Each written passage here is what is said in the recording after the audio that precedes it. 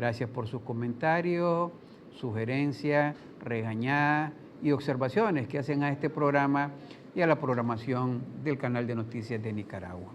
Me acompaña aquí en esta oportunidad el doctor Roberto Curney en su calidad de director ejecutivo del organismo Ética y Transparencia, pero más que de director o no y funcionario de este organismo, en su calidad de analista electoral o observador electoral. ¿Cuál de las dos palabras es que es la más apropiada? Culpable de todo lo que has dicho. Culpable de todo. Culpable de todo lo que has dicho, sí, hay algo de análisis electoral, hay algo de análisis político, de análisis de crítica, una cuestión comparativa, creo yo sería bastante ilustrativa para la teleaudiencia tener una idea de para dónde puede ir la crisis política nicaragüense. Vamos a abordar eso, pero antes de irnos a la crisis política nicaragüense, el escenario, la negociación política, el diálogo que debe de abrirse, porque primero fue una negociación política y después fue un diálogo.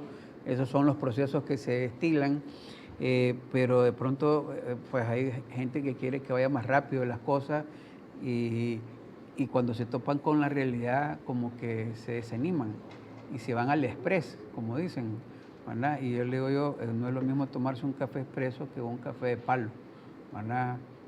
Allá a la orillita del horno, ¿verdad? Con ramitas, ¿verdad? De leña, ¿verdad? Bien seca.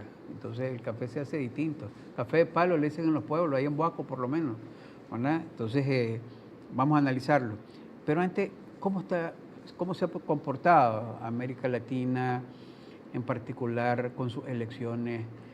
Siempre que usted lo tengo aquí enfrente, sé que usted anda acompañando misiones de observación electoral en diferentes países. Pasó México, ganó la izquierda, una izquierda con una característica muy especial. Reciente vimos las elecciones que ya toma posesión el próximo el 1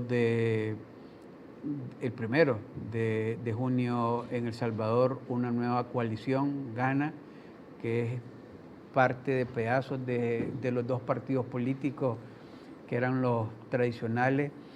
Vimos elecciones, quizás el año pasado en Costa Rica, se están preparando las elecciones en Honduras, en Guatemala se están peleando por la forma en cómo son los candidatos a la presidencia y dicen que ya han impugnado a 2, 3, solo con mencionarlos, ¿verdad? Y no necesariamente tienen estructuras políticas como aquellas que todo el mundo pretende. Entonces uno dice, ¿cómo se está comportando el tema de los procesos electorales validados en América Latina? A ver, en primera instancia, a secas técnicamente como observador, lo primero que uno quiere ver es si el proceso electoral cumple con el contenido mínimo de transferir autoridad pacíficamente o de retener autoridad pacíficamente en los casos de reelección o de elección de alguien de un mismo partido, y que eso sea una fuente de legitimidad y de continuidad, es decir, que el ciudadano vota y sigue recto porque no hay controversia alrededor del arbitraje. Afortunadamente, de las 35 naciones que conforman la OEA, 33 en su último proceso electoral han logrado exactamente ese mínimo. Los dos ejemplos que se destacan son el caso de Nicaragua y el de Venezuela. Incluso, ve que interesante, no entra el cubano, que también tuvieron una elección de ratificación constitucional que dentro de sus reglas de juego y sobre todo en el de transferir la legitimidad sin que tenga una crisis interna, Cuba cumple. Es el caso venezolano alrededor de la Asamblea Constituyente y sobre todo alrededor de la reelección de Maduro, y el caso de Nicaragua, donde se señala que el mero tema de arbitraje, por aquella independencia que tiene que tener el árbitro electoral para dar la sensación de que ganó, tal vez no el mejor ni el peor, pero sí el que logró poner los votos, es un tema, digamos, de los 35 países de la región, 33 tienen aprobado que sus elecciones le dan legitimidad y no introducen controversia, y Nicaragua y Venezuela son los únicos dos que están trabados en eso. Lo señalo porque en Venezuela trabajamos mucho durante los años buenos, los de Chávez. Todititas las elecciones de Chávez fueron espectacularmente buenas, lo digo habiendo estado de testigo. Y uno de los grandes síntomas de que estas últimas no lo son es precisamente que se desvaneció aquel orgullo con el que el país enseñaba sus elecciones a moros y cristianos, a escépticos, incluso Centro Carter y todo lo demás, y ahora más bien pasa a la opacidad. Nicaragua tiene rato de transitar en eso con el tema de la continuidad, digamos, cívica, pacífica y la economía caminando muy bien, excepto en esta última ocasión que desde el punto de vista teórico, aunque la explosión es de abril, la crisis de legitimidad electoral presidencial surge en el 16 por la eliminación de la principal fuerza política a la hora de competir en las elecciones, ratificado por su expulsión del Parlamento de la elección con los resultados de la elección anterior. Esas son las dinámicas, 33 países resolviendo otros temas y 2 países atrapados en este tema. En esos 33 países donde ya está resuelto el tema de contar los votos y de que compitan más o menos todos los que representativamente tienen algo que hacer, siguen teniendo enormes problemas en muchísimas cosas, el factor del dinero en la política, temas de gobernabilidad parlamentaria, representatividad, solo para señalar muchas de las cosas de la democracia que van muchísimo más allá de los temas de resolver el quién ganó a la hora de contar los votos, sino de tratar de que ese sea un método también muy productivo y feliz para una sociedad, que haya representatividad, que se generen combates a la corrupción, desarrollo, apoyo, facilitación a un desarrollo económico, protección de derechos y demás. Entonces muchos temas de democracia están pendientes en toda la región. El tema del conteo de los votos solo está trabado aquí en Venezuela. Ahora, en relación a lo general de los otros procesos electorales, cuando hablamos de la participación de partidos políticos y o alianzas y el financiamiento a esos partidos políticos y alianzas, ¿hay complicaciones en América Latina? Muchísimas, porque todos aceptan, en toda América Latina se acepta el dinero privado. Y si te pones a pensar, el dinero privado le introduce 3 grandes problemas. El dinero privado es el dinero que te dan los individuos. Si no fuera por el privado, solo lidiarías con el financiamiento estatal. ¿Cuál es la desventaja del financiamiento privado en vez del estatal? Bueno, el estatal es fácil de controlar porque el Estado sabe exactamente cuánto dio, a quién se lo dio y cuándo. Si ya entra el privado, todo eso ya no se sabe. Segundo, si se compite solo con la plata que da el Estado para las elecciones, ya entonces no se desarrolla una espiral inflacionaria que ocurre cuando se puede accesar el dinero privado, porque entre más plata tengas es mucho más probable que tu partido gane o que de todos modos te vaya bien a vos como partido y a vos como candidato en la campaña. El dinero privado pasa a ser una cuestión que no tiene techo, que es difícil ponerle techo, porque entre más tengas, más chance tenés de ganar. Cuando el dinero es estatal y ya tiene un monto definido, no se te arma esa espiral inflacionaria y sobre todo la consecuencia de esa espiral inflacionaria, y es que cada uno que te dio un peso no era por caridad como Madre Teresa, eran empresarios haciendo lo que empresarios hacen. Y por lo tanto te empieza a hacer la política secuestrada por los quienes la financian, no por aquellos que votamos cada tantos domingos, sino por los que pagan el diario. Y entonces, mientras tengas temas de financiamiento privado, vas a tener esos 3 elementos: una exclusión, una competencia por la plata y un vínculo de cumplirle a aquel que te ayudó a convertirte en presidente. Ahora, eso se vuelve más complicado cuando no son partidos políticos y son alianzas políticas partidarias en donde van anexos, diríamos, que andan buscando, como el caso de Nicaragua, mantenerse su personalidad jurídica aliándose al grande, al que ven que va de ganador. Y lo digo porque en Nicaragua ha sido una particularidad.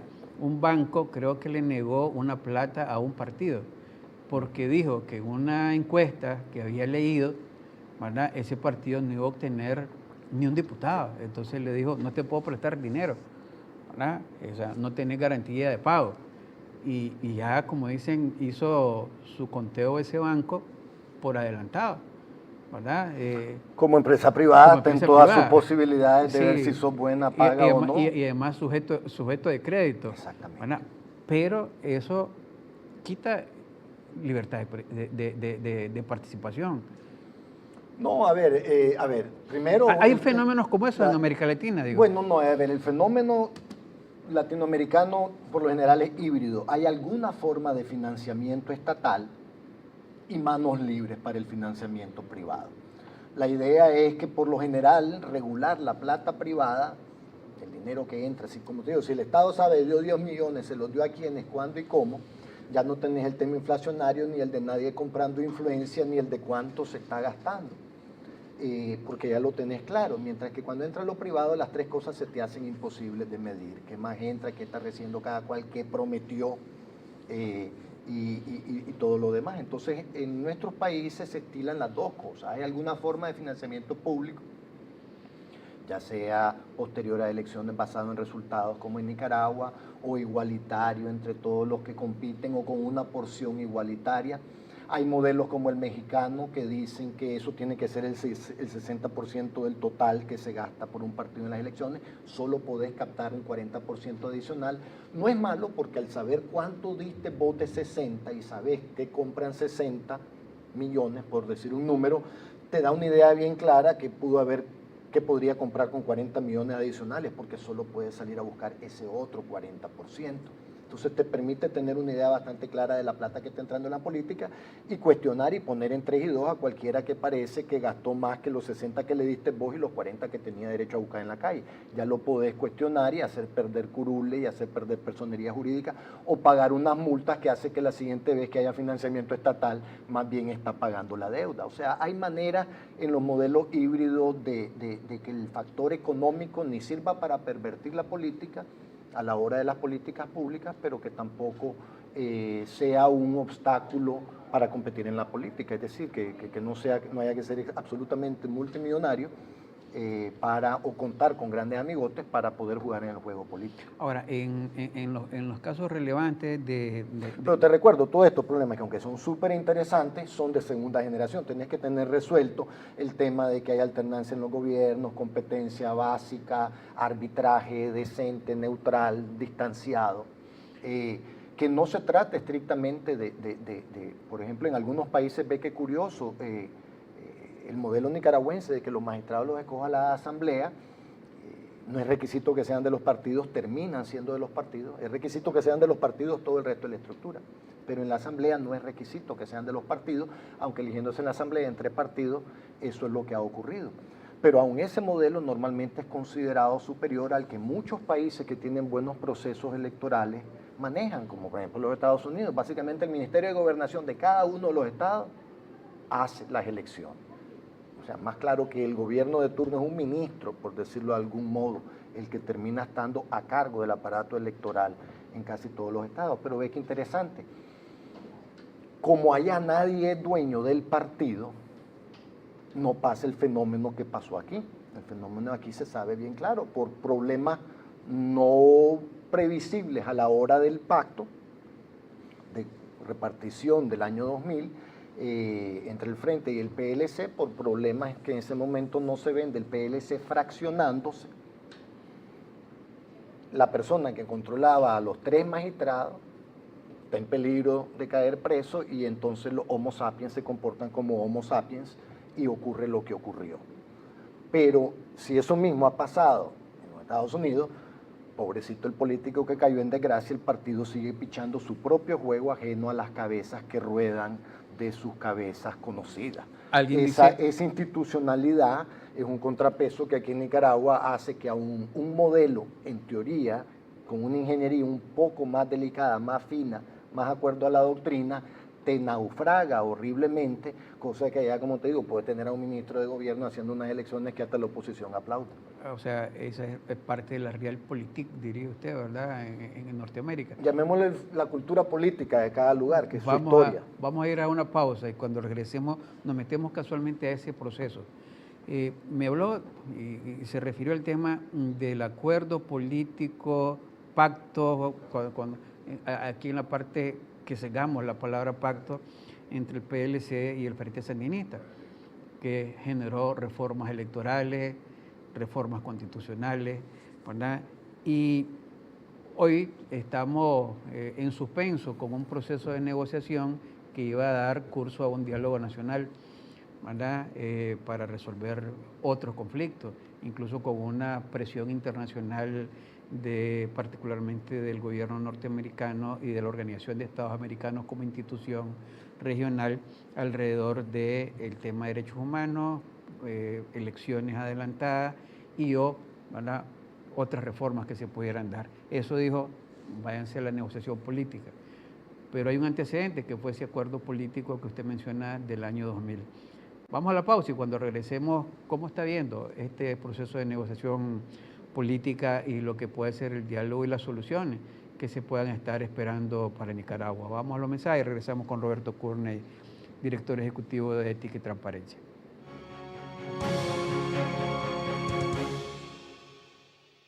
La noticia no es opinión, son los hechos reales que nos afectan a todos.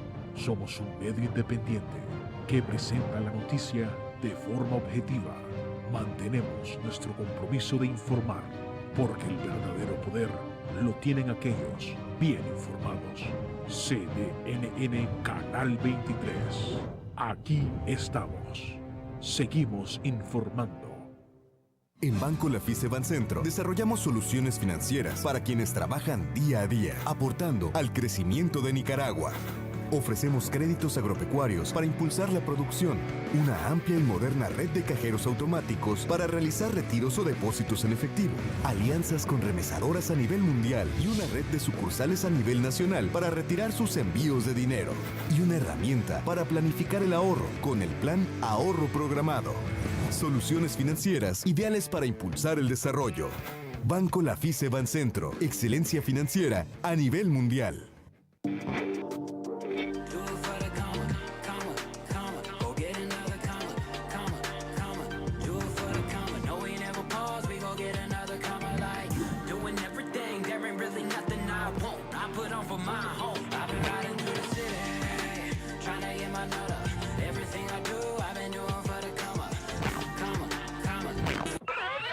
Para que veas todo lo que quieras. YouTube gratis en LTE. Al activar tus bonos con internet desde 50 córdobas o tu plan postpago. Movistar, el internet más rápido de Nicaragua.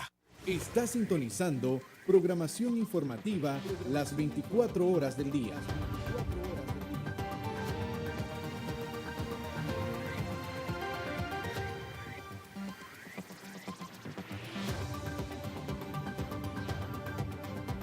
Somos CDNN, Canal 23, Canal 23.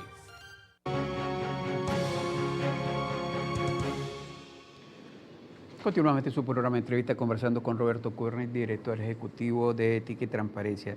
Decía, el proceso de negociación política y diálogo en Nicaragua, cuando estamos en vivo con usted en este programa, está en suspenso. Hay una demanda de una de las partes, la Alianza Cívica, que dice no nos seguimos sentando ahí mientras no se cumpla el primer acuerdo al que se llegó, que era el tema de la liberación de todos los detenidos, pero de una forma específica, que cuando uno lee los acuerdos dice era de acuerdo al proceso jurídico nacional.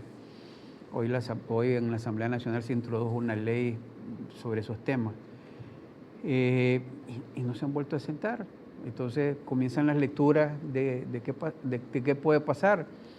Un vocero del Gobierno de Reconstrucción y Unidad Nacional, Wilfredo Navarro, o creo que el magistrado Francisco Rosales dijo, el tema de liberarlos a todos, como lo están pidiendo, es materia de otra discusión. Entonces uno dice, bueno, ahí está una negociación, hay unos que quieren cambios políticos de acuerdo a una demanda que hicieron la Organización de Estados Americanos de que sea con adelanto electoral, de la ciudadanía que supuestamente está manifestada masivamente con marcha y con protesta, con la interacción a través de las redes sociales que supuestamente llevan más tendencia, dicen los especialistas en eso, ¿verdad? Que tienen que ver con los algoritmos, dicen la mayor tendencia y la viralización es que hayan adelantos electorales, pero después nos vamos a la realpolitik, ¿verdad? ¿Qué acuerdos, quiénes y cómo? ¿Cómo está analizando este proceso de negociación política de acuerdo a la experiencia que usted ha visto en otros países, incluso antes de procesos electorales? Mira, con eso que me preguntas de otros países, es curioso porque sí, hay veces te encontrás en la ridícula, por decirlo de algún modo, situación en la que llegas a un país que tiene una crisis como decir esta y bueno, en vez de ser de ese país, pues sos del tuyo y no tenés esa experiencia de primera mano. Es decir, llegar a Nicaragua y estoy sentado aquí, pero soy de Argentina y te piden, porque tenés algún perfil o alguna cuestión que dice, bueno, ¿y qué pensás de esto? Y estás en otro país donde no le tenés las dinámicas tan medidas. Es curioso porque entonces ahí sí te revertís a la parte intelectual, técnica, desapasionás el corazón y usar los instrumentos que tenés más o menos para aconsejar en circunstancias similares. La primera es una herramienta que se llama, y eso es válido para cada persona que se involucra en la transacción, los negociantes, como para cada televidente a la hora de analizarlo desde su casa, como para dónde va esto. La primera cosa, un ejercicio de lo que se llama integridad intelectual. Integridad intelectual es, bueno, vos ves los escenarios y te das cuenta que aquel escenario que por X o Y motivo te gusta, esto va a acabar pronto, Daniel va a ceder, lo tenés que descontar porque la integridad intelectual dice tu corazón está nublando un poquito la cabeza, entonces le das más posibilidad a aquello que te gusta, más allá de sus verdaderas posibilidades. Lo contrario tenés que hacer en el otro lado de la ecuación. Si alguna cosa no te gusta, la mezcla del corazón hace que la vea menos probable.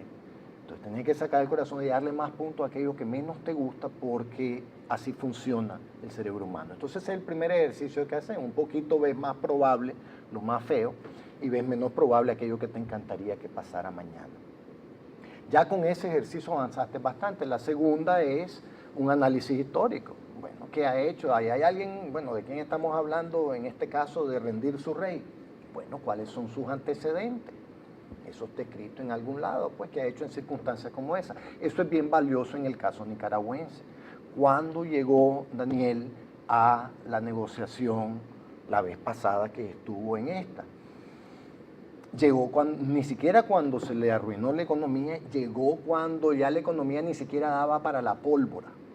En este caso, estamos dándonos cuenta que, y lo dice Joaquín Cuadra muy bien, en uno de sus análisis en este último año, dice, nos sentamos a negociar cuando ya no había pólvora para dispararle a la contra. Es decir, la crisis económica hacía que ni siquiera pudieras pagar esa pólvora. En una circunstancia actual en la que no hay el elemento de que la bancarrota, que todavía está lejos, para llegar a los extremos del 90, que está bastante lejos, y encima de eso te das cuenta que no era la bancarrota en sí, sino que eso no permitía pagar la pólvora. Bueno, ahora el juego de tener un ejército y una contra a la que le tenés que comprar los pertrechos para pelearla, no la tenés. Entonces, ya ni siquiera estás hablando de la posibilidad del escenario del 90 de que la crisis económica lo haga, porque en el 90 no lo hizo sumada a una circunstancia militar en este momento inexistente. Esos son los antecedentes, te guste o no te guste,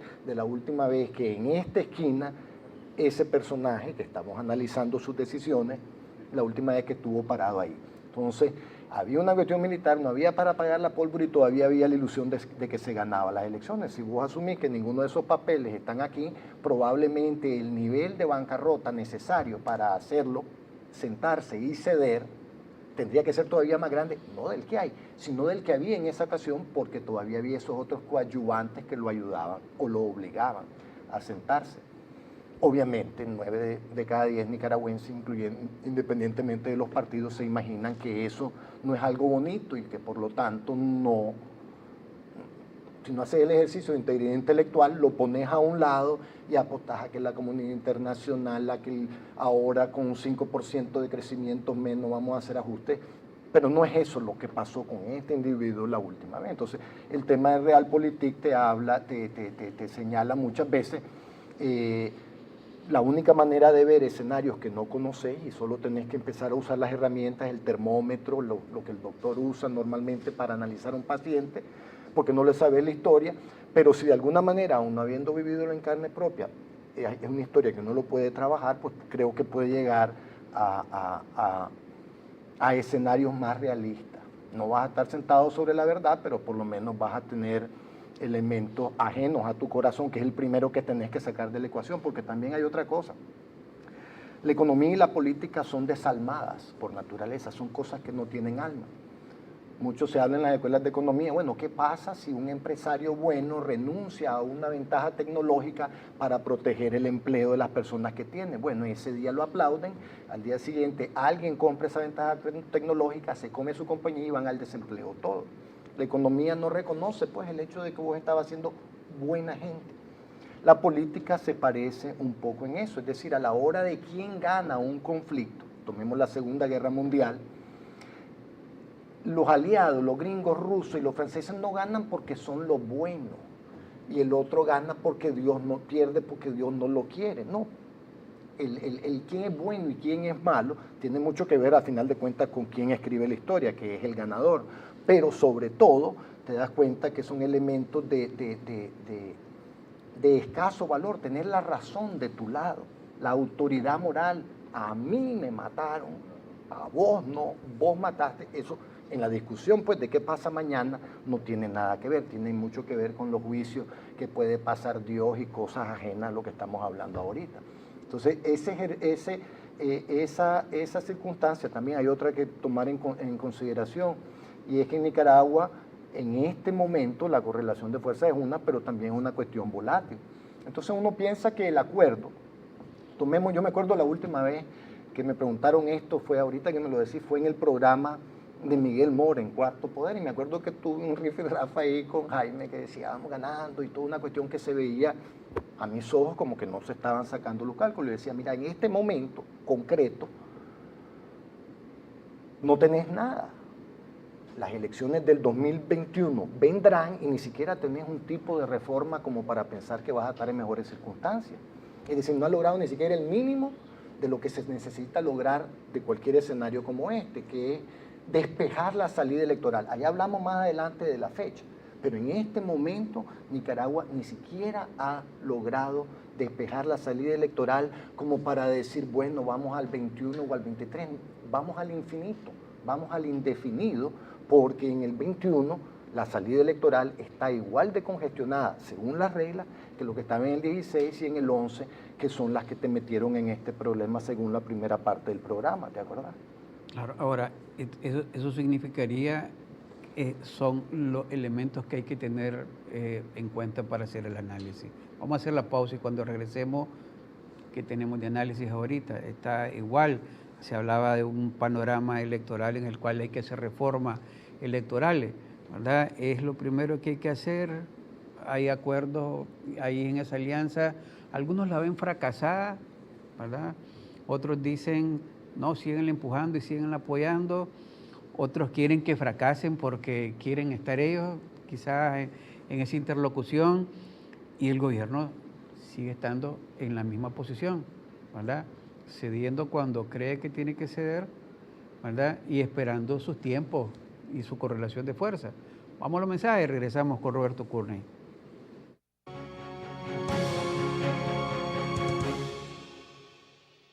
La noticia no es opinión, son los hechos reales que nos afectan a todos. Somos un medio independiente que presenta la noticia de forma objetiva. Mantenemos nuestro compromiso de informar, porque el verdadero poder lo tienen aquellos bien informados. CDNN Canal 23. Aquí estamos. Seguimos informando. Elegir una universidad es una decisión que revela quién eres y hacia dónde vas. Hoy es un día para no temer al futuro, un día donde crecen mis sueños. Aquí, en UCN, encontré lo que busco. Mi meta apenas empieza. At la Universidad Central de Nicaragua, I found the tools to grow personally and professionally. UCN, pensando en tu futuro. 20 aniversario.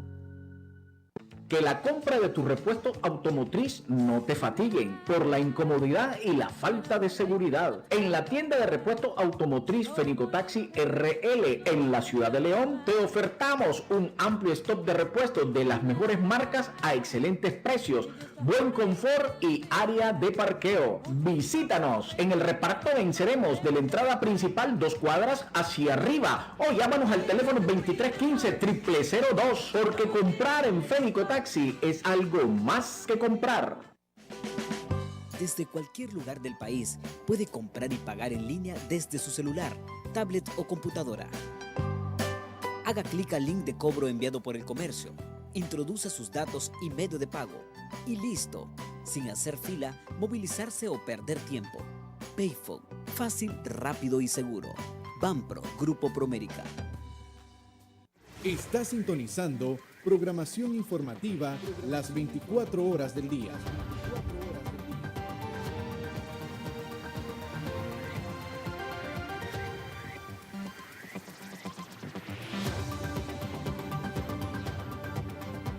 Somos CDNN, Canal 23, Canal 23.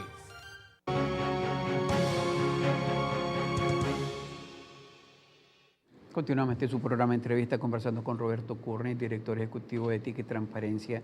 Y le hacía la pregunta antes de ir a los mensajes comerciales.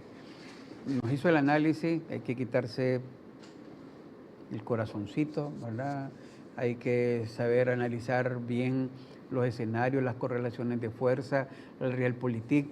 Los antecedentes, los sí antecedentes, los hay. ¿verdad? Ok, ya hay muchos que lo están estudiando, hay muchos jóvenes que están involucrados hoy por hoy en estas cosas que a lo mejor no lo conocen. Es a lo que más le cuesta sacar esto. Y están con el corazón, ¿verdad? Pero está en una condición en la que el país en general demanda cuál va a ser, ¿verdad?, la solución, ¿verdad?, que se va a llegar. Y entre la solución, ¿cuál es el acuerdo al que se va a llegar? Hay distintas lecturas alrededor de los acuerdos a los que se llegó y entiendo que por eso se dilataron más de 15 días en irse poniendo de acuerdo en la hoja de ruta, para que todos entendieran cuando decían blanco, por qué decían blanco. No sé si ahora están interpretando lo distinto. Voy a hacer, quizás yo no estuve en esa negociación de esa hoja de ruta, como dicen, pero era primero sacar a los detenidos, ¿verdad?, bajo una lista consensuada por la Comité Internacional de la Cruz Roja. Se han liberado una cantidad, hacen falta 142, dicen un día, 132 dicen en el otro. Las personas con madres de reos políticos o cosas así, de pronto dicen otros números. Entonces, pero bueno, hay 132, entre 132 y 142 que están ahí en lista. Y se iba a trabajar en otras cosas, ¿verdad? Pero dentro de hasta que se terminaba de trabajar esas cosas, el tema de las sanciones, venía el último. Ajá. ¿Verdad? Entonces de pronto el gobierno dice, hombre, vayamos trabajando ya también en el tema de las sanciones, que es lo que creo que es lo que más le interesa al gobierno para poder también tener su parte de estabilidad para comenzar a ceder en otras de ese proceso de reforma. No sé qué ha pasado con Rosadía y su presencia ahí y el tema de las reformas electorales, pero ¿cómo lo está viendo usted? ¿Cómo cree que se puede desarrollar? Mira, vamos a usar las mismas técnicas de como que hubiera aterrizado en un país tal con estas circunstancias viniendo de otro lado.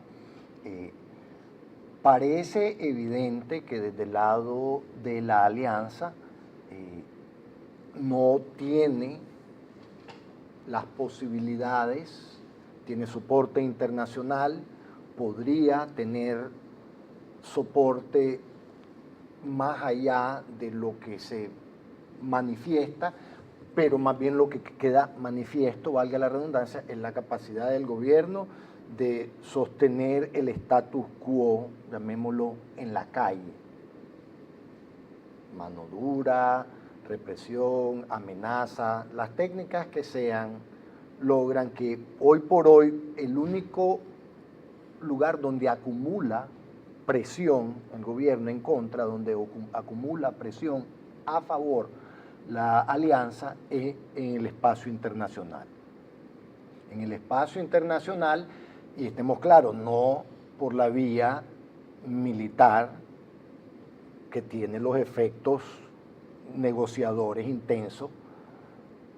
Al no estar disponible eso, son cuestiones, son amenazas de sanciones, son amenazas de, vamos, en una cuestión de generar un sistema de deterioro económico que es adjudicable a vos y que en algún momento te pasa factura. Esa es decir, o sea, ese es el factor donde está acumulando puntos de cara a Ortega y tienen esa limitante, pues que son puntos de freír en sus malas decisiones económicas al gobierno en una fritura de muy largo plazo. En concreto, queda claro que lo que está en la mesa no logra poner a Daniel a adelantar las elecciones. El status quo hoy, según el periódico de hoy, hay elecciones en el 2021. Y aunque hay voces y hay fuerza y hay demanda, todo lo que vos querrás, si ya hicimos el ejercicio de realpolitik, hasta dónde está dispuesto a llegar Ortega, que también es un ejercicio fácil, uno puede decir, espérate, por X o Y motivo yo me estaba portando bien y pasó una desgracia, maté 300 personas, pero bueno, si salgo de esta casa, aquí estoy tranquilo, si salgo de esta casa me la cobran. Trata de quedarte en esa casa. Los seres humanos, si nos ponemos en la situación de alguien que por X o Y motivo tiene que pasar a protegerse, sacarlo de donde está protegido, tranquilo y seguro, pues tiene que ser cosas mucho más feas que desbarrancarle la economía a un país. Esa es su tercera o cuarta preocupación. Suyo, su familia, sus cosas van a ser más inmediatas en el caso de todo ser humano. Y vos tenés que asumir que es un ser humano racional que va a operar con ese criterio. Primero yo, después mi familia, después mis vecinos, después mi partido, después los otros. No podés decir, toda Nicaragua primero, porque no existe esa entidad siquiera al haber divisiones. Entonces, en ese contexto parece que a Ortega las actuales circunstancias no lo ponen a adelantar el 21 y también queda claro que la alianza, aun con su apoyo internacional, no logra esa parte de moverla para adelante. Donde puede ponerse interesante, porque tampoco parece tener la fuerza de garantizarse que las del 21 sean libres, donde tiene el chance, más allá de la negociación y la hoja de ruta, donde sí pareciera tener el chance, es que para la viabilidad de Ortega, él, su familia, su gente, su núcleo, su partido, su sector del país, para la viabilidad no inmediata, pero sí ya de mediano y largo plazo, esa se incrementa en la medida que sus resultados económicos no sean desastrosos. Es decir, lo desastroso, aunque no venga con lo militar, también llega un momento en que la salida es trágica. Toma más tiempo si el desorden económico viene acompañado de una cuestión militar. Pero de todos modos ocurre, llega un momento en que la gente se pone lo suficientemente desesperada o las estrellas se te alinean de una forma más radical a nivel internacional que te pasan factura. Entonces sí también tenés cierto incentivo, no suficiente como para adelantarla, pero como para el 21 lograr condiciones suficientemente competitivas como para que esa sea una salida ordenada. Viéndolo desde el lado de Ortega, entonces yo lo veo que imponerle antes del 21, con lo que esté en la mesa hoy, no sé si la OEA se dispara mañana y 10.000 cosas más pasan, no estamos hablando de ver en una bolita de cristal los eventos, estamos hablando de analizar coyunturas, ¿verdad? Entonces, en esa coyuntura en la que no parece que con los que esté en la mesa ahorita podés imponerle que adelante las elecciones, tampoco podés imponerle que te componga el sistema electoral. Allí es donde más bien entras en la negociación. Puede o no incluir la fecha, pero entras en la negociación donde él ya también, así como vos, sin ningún reparo le dijiste, esas son las cosas que quiero. La hoja de ruta Ahí están plasmadas lo que yo quiero que me des y lo que vos querés que yo te dé. La alianza tiene una lista de 5 cosas: sacarme a los presos, restaurarme los derechos, adelantarme las elecciones y no sé, la justicia, no sé cuántas cosas más. Y el gobierno solo dice: yo quiero una, que me levanten las sanciones. Que en este caso ni siquiera es levantarlas, tanto como que no me las pongan. Porque las sanciones que le han puesto los Estados Unidos, que son las que están en la mesa, no son sanciones económicas, más allá del banco, del caso del banco. Son sanciones políticas. Es decir, uno puede con toda naturalidad asumir que todas las personas en Nicaragua, los individuos que han sido sancionados, tienen 5 o 10 cédulas más con diferentes nombres y la han estado usando, porque esto también lo tenés que ver venir.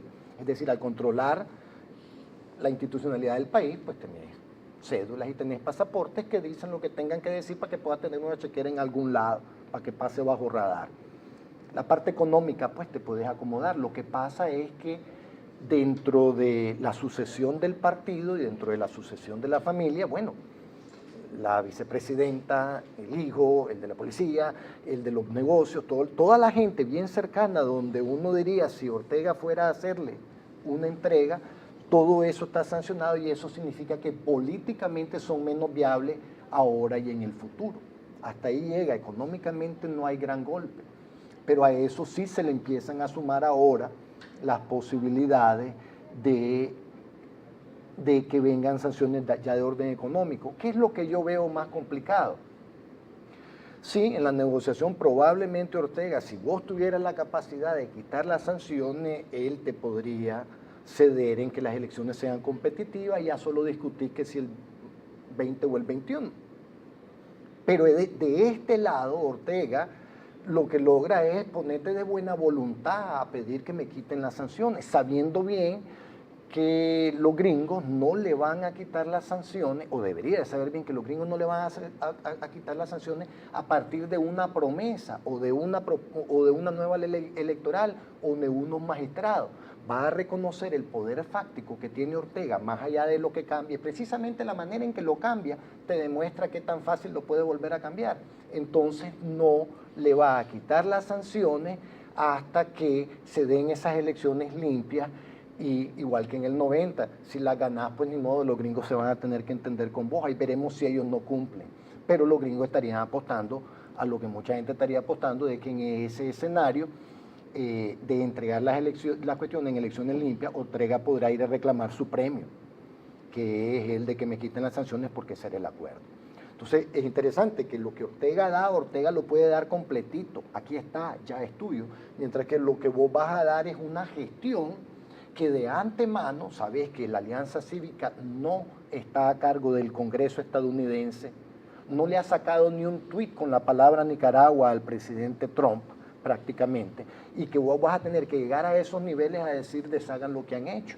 Un poder que obviamente la Alianza, que tiene problemas para negociar ciertas cosas con el gallo del patio, tampoco las puede negociar aunque con el otro gallo, porque es mucho más grande, aunque parece estar medio alineado con él. Entonces ahí hay una cuestión bien complicada en el que las gestiones que pudiera hacer, porque ya son parte de la hoja de ruta, cuando les toque su momento de poner, como decimos en Nicaragua, el huevo a la alianza, es una moneda al aire, a cambio de hechos concretos. Entonces eso también hace la negociación difícil cuando alguien está en posición de entregar cosas concretas y su pago es en una versión más nebulosa.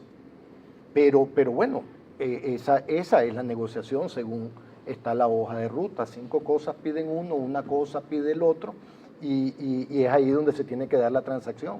Vamos a hacer la pausa y regresamos para ver cómo ese sería un tema de panorama electoral, entonces, de que a las elecciones de aquí al 21, ¿verdad?, hayan reformas electorales. Eso sería la salida, como dicen, más visible, o qué. Vamos a analizarlo después de los mensajes. Adelante con los mensajes y regresamos con Roberto Curni.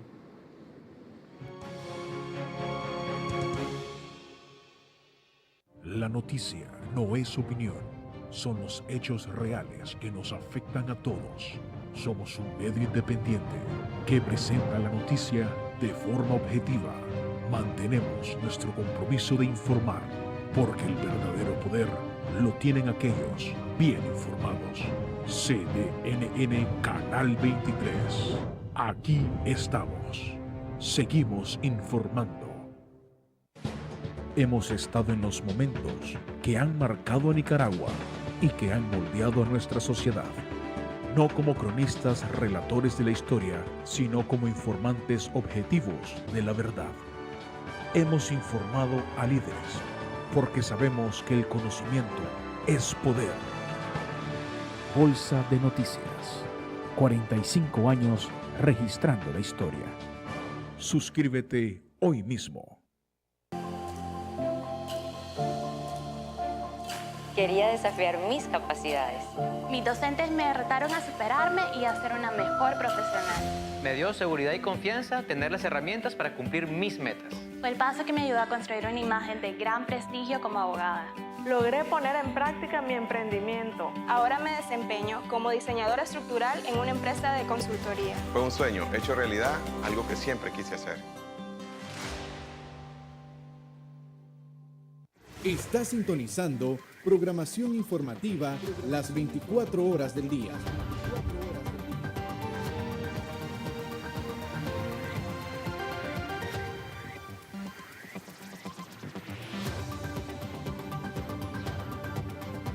Somos CDNN, Canal 23, Canal 23.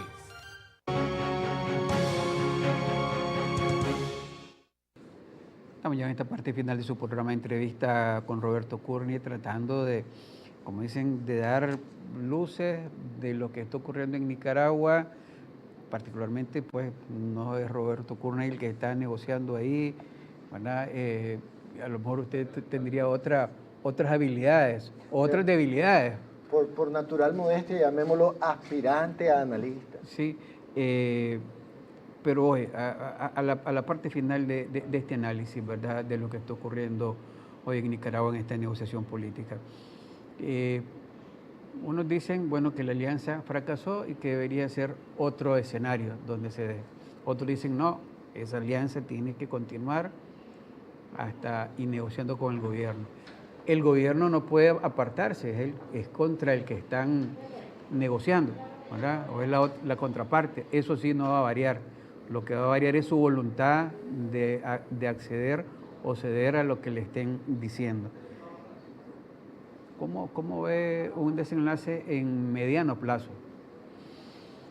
Te repito, nada de lo que le pide la alianza o que les pedirían los que se sentaran en vez de la alianza para manejar todos los temas, ¿verdad? Estamos asumiendo que la alianza representa campesinos, estudiantes, presos, muertos, madres, todo. Ahí hay una representatividad de ese sector bien grande. Entonces, uno asume que Ortega puede, como dueño del circo, abrir un circo de 3 ruedas. Seguimos en mientras todavía vos decís que no resolvés nada conmigo mientras no saco a los presos. Bueno, seguimos hablando de los presos aquí, vamos a ver, pero de paso voy a empezar a cocinar la reforma electoral por aquí.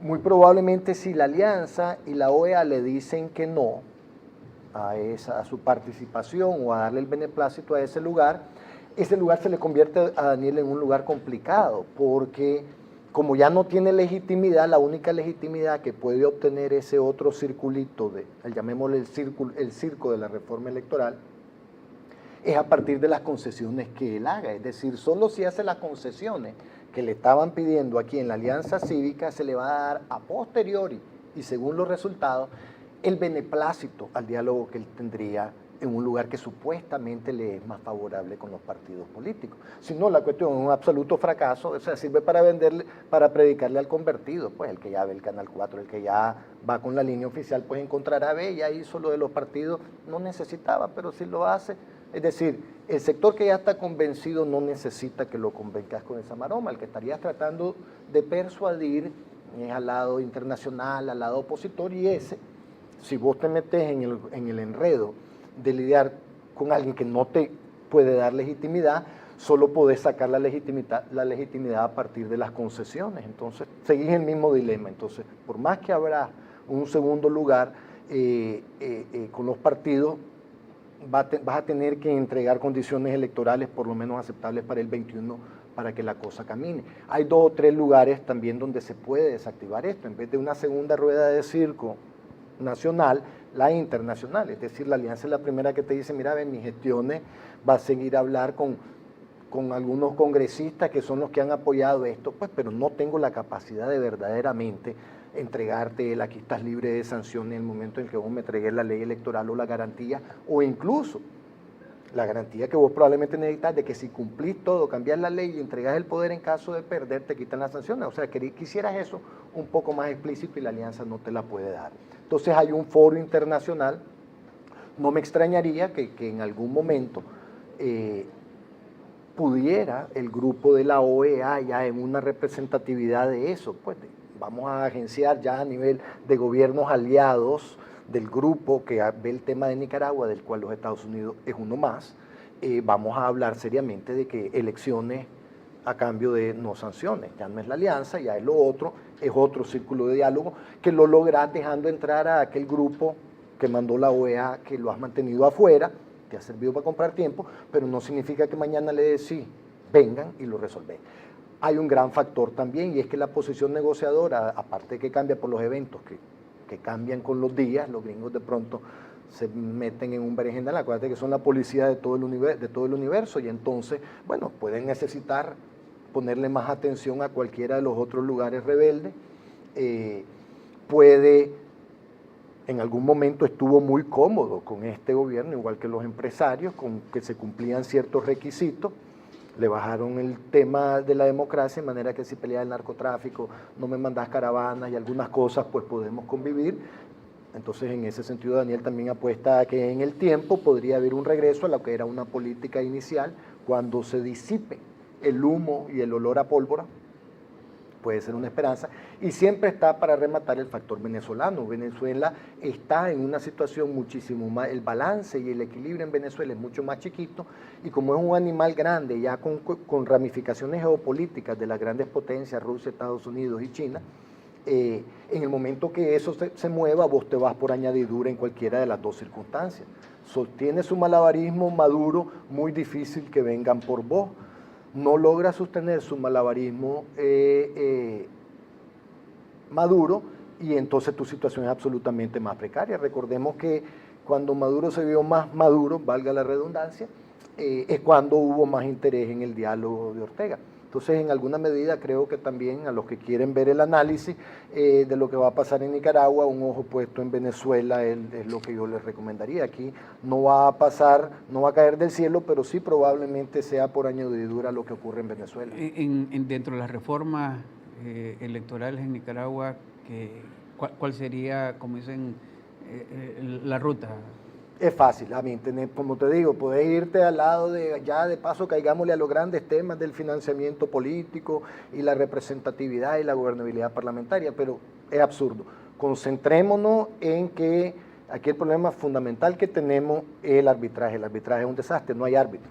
Un partido político solito ante sí, sin ningún tipo de contrapeso, decide quién compite en las elecciones, decide a quién pone a cargo de contar los votos e impide que hubiera cualquier tipo de transparencia alrededor del proceso. Mientras vos tengas eso, está frito. ¿Y dónde se compone eso? 2 artículos de la ley. Uno, harías algo más taxativo que garantice que el Consejo Supremo Electoral tiene que ser como mínimo plural, y aunque preferiblemente apartidista, por lo menos más levemente apartidista. Como por ejemplo, tenés que ser prácticamente decano de una universidad. Sí hay decanos sandinistas, sí hay decanos opositores, pero no son la primera persona en la que hubieran pensado ninguno de los 2 líderes. Entonces ya lograste armar un escenario en el cual hay cierta dosis de representatividad y confianza de que no se te va a ir para el otro lado, pero que tampoco es que se va a quedar a arrastrar su prestigio. El acuerdo político del 2000 ese pacto era mita con el PLC, y el primero y el segundo lugar presidía el Consejo Supremo Electoral. Perdón, No, en la reforma del año 2000 hizo que el resultado, el primer resultado fuera que el partido de primero y segundo lugar en las elecciones anteriores fueran los que estuvieran a cargo de la Junta Receptora de Votos. Pero como te digo, el efecto que tiene básico, o sea, si el tema ya no es jugar el juego, sino capturar al árbitro, eso es algo que, bueno, uno de los dos partidos perfectamente lo puede hacer muchísimo mejor que el otro. No hay ninguna razón para suponer que estarán igual a la hora de esa competencia. Entonces, el ejercicio, cuando el árbitro está capturable, es mejor tener al árbitro que tener a Messi en tu equipo. Si vos tenés al árbitro cantando penaltis o no cantando penaltis, expulsando al otro equipo, sacándole jugadores, no fregues, es 100 veces mejor que tener al mejor jugador del mundo. Entonces, ese tipo de análisis te hace ver que tenemos que avanzar en generar condiciones de arbitraje neutral. La ley sí establece, por eso son dos cosas las que, como mínimo. Uno, los magistrados con un balance para que por lo menos te resuelva la siguiente elección, mientras encontrás un modelo apartidista, neutral, árbitro, que más bien tienen que pasar un polígrafo que dice que les da igual los dos equipos, que es más o menos lo que termina haciendo la UEFA. Eso por un lado. Y la segunda cosa que tenés que hacer, te das cuenta que son 14.000 juntas y que son 7 o 10 los magistrados. En la medida que le lleguen 14.000 faxes diciendo cualquier cosa que ocurrió en los municipios, estas 10 personas pues no tienen nada que puedan hacer. Entonces la segunda cosa que necesita es que el arbitraje, no solo a nivel central, sino en cada una de las juntas receptoras de votos donde se esté efectuando el micropartido, que totalizado entre todos te dé el resultado, también en la junta tenés que tener, ahí está bastante conocida la receta, o maestros, o estudiantes, o personas sacadas aleatoriamente del padrón electoral, en vez de tener lo que tenés ahorita, que es personas nombradas por los partidos políticos, sobre todo el partido Frente Sandinista, por otras dinámicas propias de ya haber capturado arbitraje. Entonces son las primeras dos cosas. Establecer el arbitraje en la Junta, establecer el arbitraje a nivel central, esas son las dos sine qua non. Podrías avanzar un poco en que también, en vez de contar los votos en una forma de misa negra, se hiciera como la lotería. Nadie compra la lotería, Plinio, si no es porque vos podés ver el sorteo. Si saliera alguien en el balcón y te dice ganó el número 28, no le creería a nadie. Poder haber visto ese conteo, los elementos de transparencia, llamémoslo, es lo que hace que todo el mundo diga, fíjate, no me saqué la lotería. Si no fuera por eso, todo el mundo estaría pensando que se sacaron la lotería ellos y lo están robando todos los fines de semana. Entendido. ¿Algún aporte final que quiera hacer, don Roberto, alrededor de este análisis? Sumemos, magistrado, despartidarizar también la Junta Receptora de Votos, condiciones de transparencia y supuesto fiscalización completa de todos los partidos en todas las instancias para que puedan ver lo que se esté haciendo. En el ideario de la alianza hay que también, y es un punto debatible, que se facilite la creación de opciones políticas, es decir, que en la versión de ellos hay todo un segmento de Nicaragua que a la hora de incluso terminar en un diálogo no pudo refugiarse en un partido por los temas de representatividad, lo que estamos llamando de segunda generación ahorita. Por los temas de representatividad, el abanico de partidos no lo representa ninguno y que por lo tanto preferirían que haya la posibilidad de conformar nuevos partidos políticos. Es interesante, al Frente le podría interesar eso, que le interesa muchísimo a la alianza, porque facilita el tema de la dispersión. Tendrían que ver cómo no les entra por ahí un sandinismo que ofrece sandinismo sin Ortega, que podría jalar un poco de su base también. Entonces el Frente tendría que ser juicioso con ese último punto, pero yo lo pongo ya como el primero de la segunda parte. La clave es el arbitraje, porque dentro de estas circunstancias, si resuelves el arbitraje, pues los vehículos electorales empezarían a acomodar a aquellos que pueden conseguir votos. Eso termina ocurriendo en el mercado electoral normal de cualquier parte. Solo los partidos desesperados terminan zancudeando. Aquel que podría ganar no zancudea jamás. Entendido, don Roberto. Le agradezco que haya estado aquí con nosotros. Hay muchas cosas que hablar y la gente que nos estaba observando interpretar, ¿verdad? Porque son análisis, como decía don Roberto Courney y no necesariamente posiciones de lo que se está pasando o está ocurriendo en el país efectivamente. Son parte de la realpolitik nada más de análisis. Así es que cuando se dice aquí que los temas se están viendo de esa manera, es producto de un análisis que se ha venido haciendo a través del trabajo que desarrolla don Roberto Courney. Así puedo decirlo al final, ¿verdad? Voluntariosamente académico. Voluntariosamente académico. Gracias nuevamente a Roberto Courney, gracias también a ustedes, amigos televidentes, de haber estado en sintonía de su programa de entrevista. Estén pendientes de los noticieros, aquí estamos, seguimos informando.